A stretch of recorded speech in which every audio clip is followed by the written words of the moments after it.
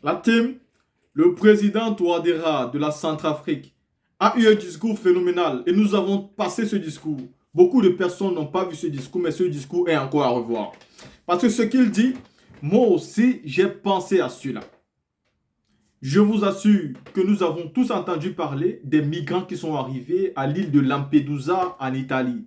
Nous avons écouté la sortie de Emmanuel Macron là-dessus et la sortie de beaucoup de présidents européens et même des opposants comme Éric Zemmour qui ont parlé fort. Pour eux, ces immigrés-là, voilà, doivent rentrer chez eux. On ne doit pas les laisser entrer, on doit les empêcher d'entrer. Nous avons compris. Aujourd'hui, le président Touadéra essaye donc de toucher le fond du problème. Parce qu'il est bon de s'attaquer aux immigrés, de s'attaquer à ceux qui arrivent chez vous, de s'attaquer à ceux qui viennent par la mer Méditerranée. Mais vous ne dites pas le fond du problème. Quand vous arrivez dans des pays, vous partez créer des guerres, vous financez les terroristes, vous attaquez des États, vous pillez les ressources, vous choisissez les dirigeants, vous n'acceptez pas la véritable démocratie comme celle qu'il y a chez vous. Au final, vous attendez quoi? Que ces peuples-là qui sont jeunes et qui mentalement sont évolués, plus intelligents même que vos jeunes fassent quoi? Vous attendez qu'ils restent assis chez eux et qu'ils ne cherchent pas, c'est-à-dire un avenir meilleur? Bien sûr, la majorité d'entre eux commencent à penser que l'Eldorado se trouve ailleurs. Et donc, ils prennent des risques. Tous les risques qu'il faut pour qu'ils arrivent dans cet Eldorado-là. Et vous devez assumer ça. Parce que ce n'est pas la responsabilité de ces mêmes jeunes. C'est votre responsabilité. Il faut rappeler ici la team qu'il y a de cela encore 100 ans de cela aujourd'hui. Les Noirs étaient forcés de venir travailler en Europe. Ils venaient faire de l'esclavage ici. Ils travaillaient forcés. Ils n'étaient pas payés. On les prenait de force. On les mettait dans des bateaux et on les envoyait travailler en Europe. Aujourd'hui, ce sont ces Noirs-là les mêmes qui prennent les bateaux pour venir eux-mêmes et vous les chasser. Hier, vous les avez pris par force, les obligeant à travailler pour vous. Il y a même eu des tirailleurs qui ne sont pas reconnus aujourd'hui, qui ont fait la guerre pour vous. Aujourd'hui, ces mêmes Noirs prennent donc la Méditerranée pour venir tout seuls chercher un avenir meilleur. Quand on vous demande, et j'ai entendu dans la chaîne de télé Eric Zemmour qui a demandé pourquoi les Africains ne parlent pas en Chine, pourquoi les Africains ne parlent pas au Japon. Mais le Japon, la Chine, la Corée n'ont pas colonisé l'Afrique. Ils n'ont pas colonisé l'Afrique. Pourquoi vous voulez faire cette comparaison-là? C'est vous, les pays de l'Europe, là. Vous vous êtes partagé les pays africains. Vous vous êtes partagé les pays africains. Vous avez fait comme si c'était vos... je ne sais pas, c'était vos campagnes. Je ne sais pas, c'était les régions de votre pays. Vous vous êtes partagé des pays. Vous avez tracé, vous avez mis des frontières. Vous nous avez imposé à être divisés. Aujourd'hui, les répercussions sont aussi dues à cette immigration qui se passe. Et vous devez assumer ça. Vous devez prendre en charge tous ceux qui arrivent là-bas parce que vous êtes autant les responsables que les dirigeants dictateurs sont responsables de ça aussi en Afrique là-bas. La team, écoutons ce discours que je trouve aussi historique du président Touadéra de la Centrafrique. Monsieur le Président, avant d'apporter la contribution de mon pays au débat général, je voudrais, du haut de cette tribune des Nations Unies, symbole par excellence de la solidarité humaine, exprimer la solidarité du peuple centrafricain au peuple frère du Maroc et de la Libye, durement frappé par des catastrophes naturelles ayant entraîné des milliers de pertes en vies humaines et des dégâts matériels inestimables quelques jours avant l'ouverture de notre session.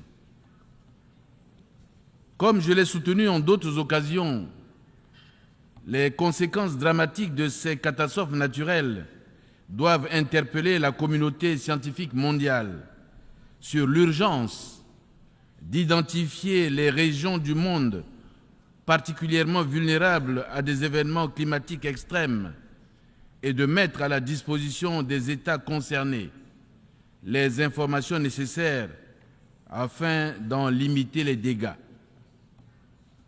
Par ailleurs, le monde entier a suivi avec une profonde consternation l'arrivée massive ces derniers jours des milliers de migrants africains sur l'île de Lampedusa, en Italie. Ces jeunes qui représentent le présent et l'avenir de notre continent, l'Afrique, cherchent désespérément à rejoindre les pays du continent européen à la recherche d'un Eldorado. Cette escalade de la crise des migrants est l'une des conséquences effroyables des pillages des ressources naturelles des pays rendus pauvres par l'esclavage, la colonisation et l'impérialisme occidental, le terrorisme et les conflits armés internes, souvent ouverts sur fond de visées hégémoniques, des tensions géopolitiques et géostratégiques entre les grandes puissances mondiales. Tout en regrettant ce phénomène déshumanisant, je salue la solidarité et les efforts inouïs déployés par les pays d'accueil et l'Organisation internationale pour les migrants pour fournir l'assistance à ces jeunes dont les vies sont mises en danger par des passeurs et vendeurs d'illusions sans foi ni loi. Toutefois, mon pays estime que l'ONU doit aller au-delà de notre engagement commun à raviver la solidarité mondiale en impliquant les pays africains dans la recherche des solutions globales aux crises migratoires et aux défis existentiels qui se posent aux jeunes du continent africain. Monsieur le Président, alors que nos pays continuent de faire face au chaos climatique, aux tensions géopolitiques et aux défis financiers, énergétiques et alimentaires sans précédent, de nouveaux défis mondiaux se révèlent chaque jour. Aujourd'hui, en Afrique comme ailleurs, des conflits, symptômes des tensions géopolitiques et géostratégiques qui divisent les grandes puissances sont ouverts. Au Soudan, un conflit armé interne d'une rare cruauté a éclaté en avril 2023, alors même que le pays était sur la voie de la normalisation avec un processus de dialogue prometteur entre toutes les forces vives de la nation. La République centrafricaine a déjà enregistré 51 077 réfugiés soudanais et tchadiens dans la préfecture de la Vakaga, exposant ainsi nos populations, certes résilientes, à des risques d'aggravation de la situation humanitaire encore délétère et d'insécurité. J'en appelle à une prise en considération de l'impact de cette crise sur la géopolitique régionale ainsi qu'à la solidarité internationale en faveur des réfugiés. Et pendant que nous tenons cette session, le conflit russo-ukrainien se poursuit sur le terrain sans aucune perspective de règlement pacifique, alors que les conséquences pour le monde sont douloureuses et regrettables. Monsieur le Président, la persistance et la multiplication des foyers de tension à travers le monde soulèvent des interrogations quant à l'efficacité de certains mécanismes de prévention et de règlement pacifique des différends de l'ONU, dont la mission première est de garantir la paix et la sécurité internationale. C'est pourquoi nous réaffirmons avec force la position africaine commune sur la réforme du Conseil de sécurité de l'ONU, afin d'augmenter le nombre des membres permanents et non permanents et d'accorder un siège permanent à l'Afrique, et ce ne sera que justice.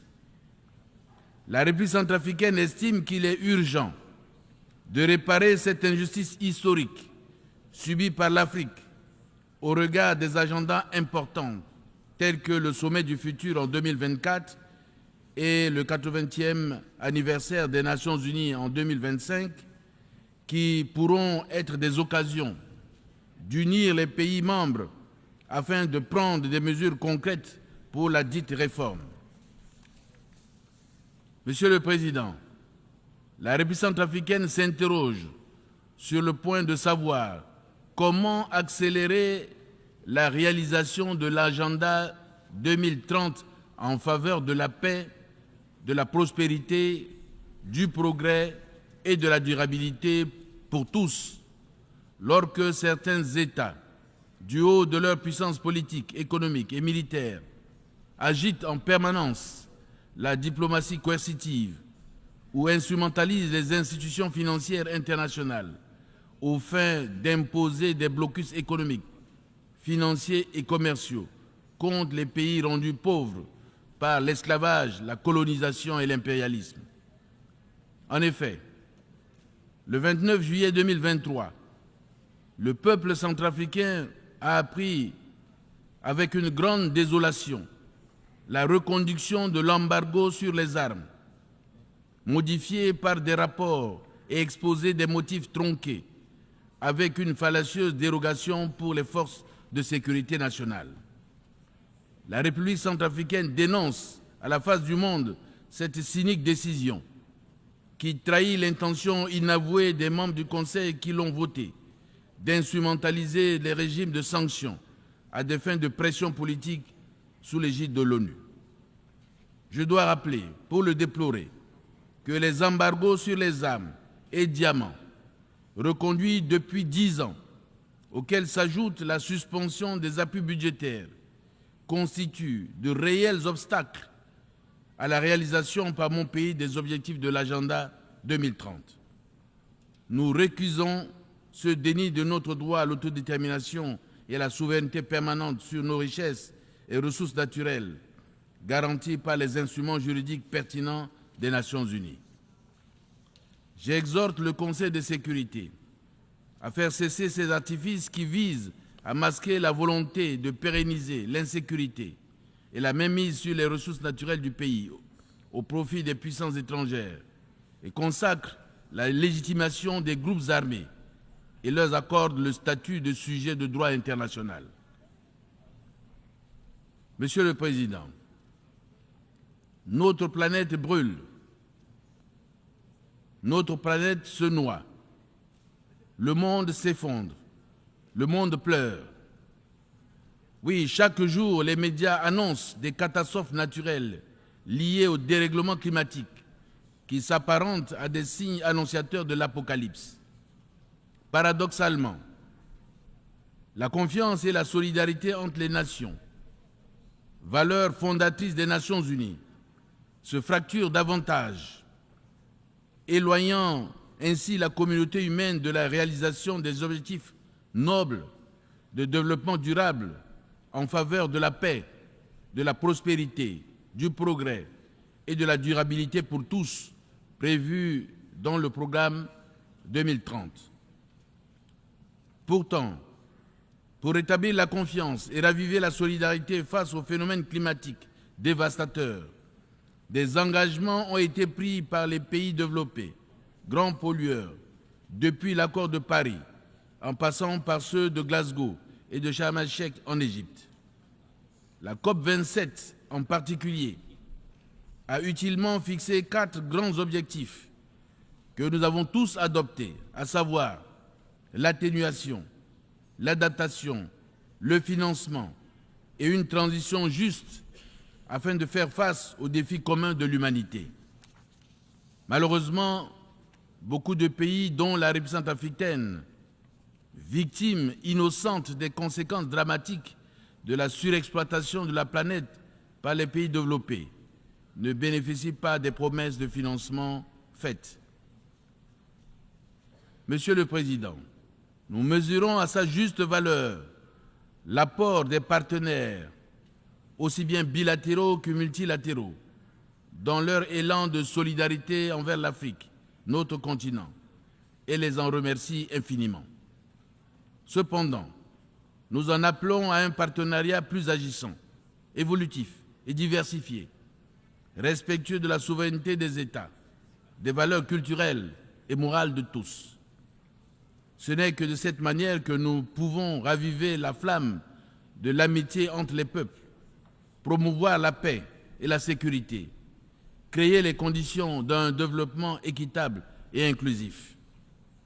Mon pays continue de plaider pour un multilatéralisme inclusif, pour une croissance mutuellement accélérée, pour un ordre mondial équilibré et pour que les différends mondiaux soient relevés en mettant un accent particulier sur la paix et la sécurité internationale, le respect de la souveraineté de chaque État.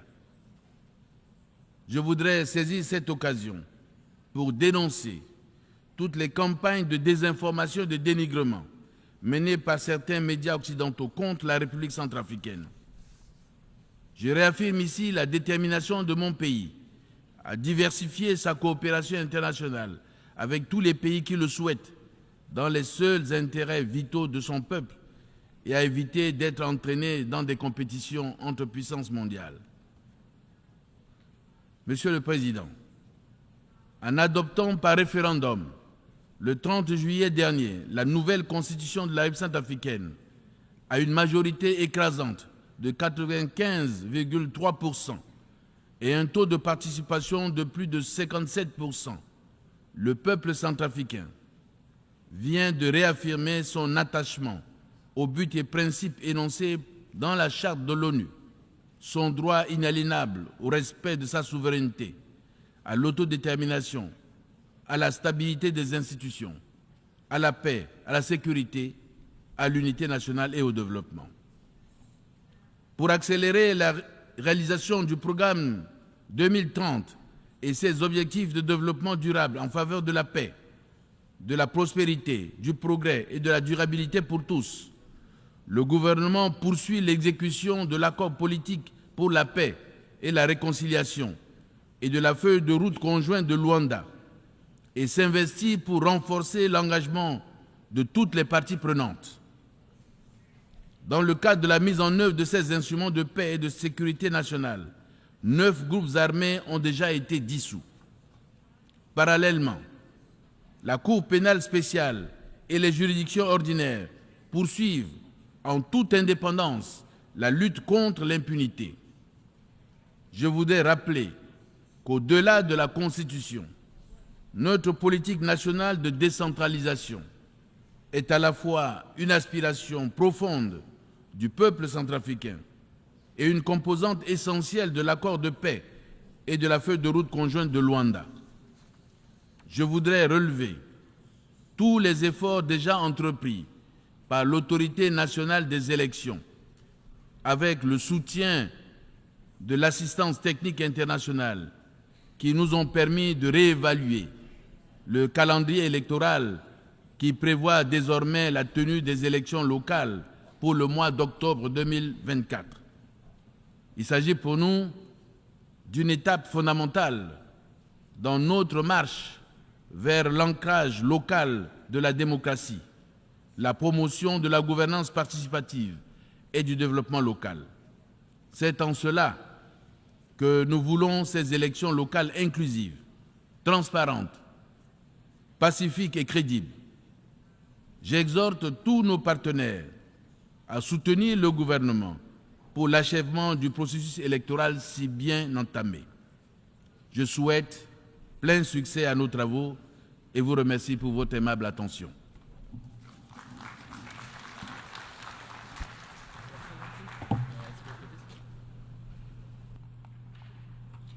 Agradezco a nombre de la